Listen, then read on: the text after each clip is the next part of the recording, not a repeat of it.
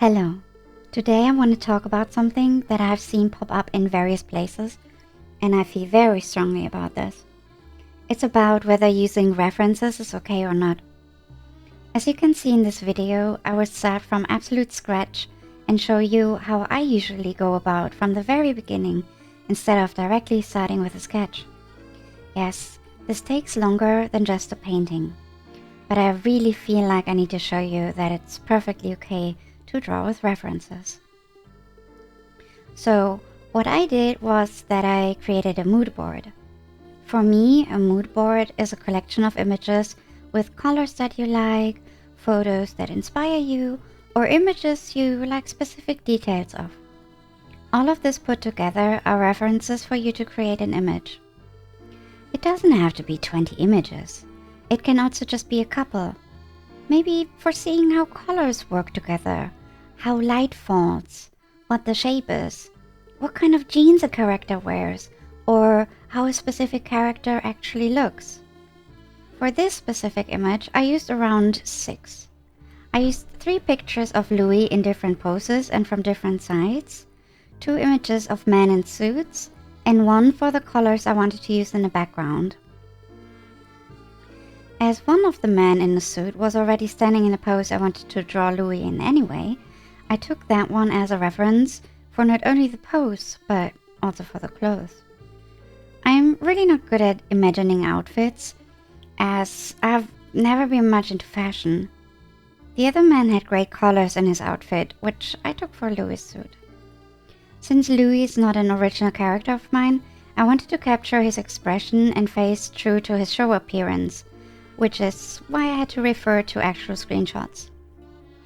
The background colors set the glooming mood I wanted to give this picture. The reason why I chose all of this was because I wanted to show Louis as this could be.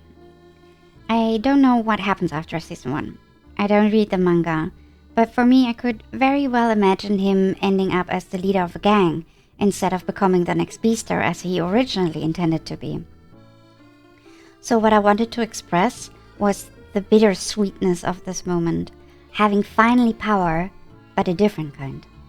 One where he feels like he can do what he wants instead of having to do what others expect of him. So why do I think though that using references is perfectly okay? Well, how else are you supposed to learn? Children use adults as reference to mimic behavior.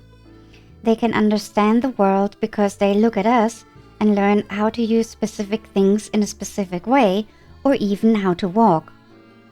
Any skill is like this, be it dancing, running, swimming, or drawing, even speaking. Without being able to draw knowledge from reference, we would just exist, we would not learn. Same applies to animals too. And yes, some knowledge is inheritable. If you never reference anatomy, how will you ever be able to draw a correct human or a correct animal? If I told you to draw a lo-fi forms without being even able to look up what kind of animal this is, could you do it? Probably not. And even if you know what that is, could you reproduce it correctly? Just because we see things every day doesn't mean we also understand how to draw them correctly. That's why using references is perfectly okay, because we learn from this.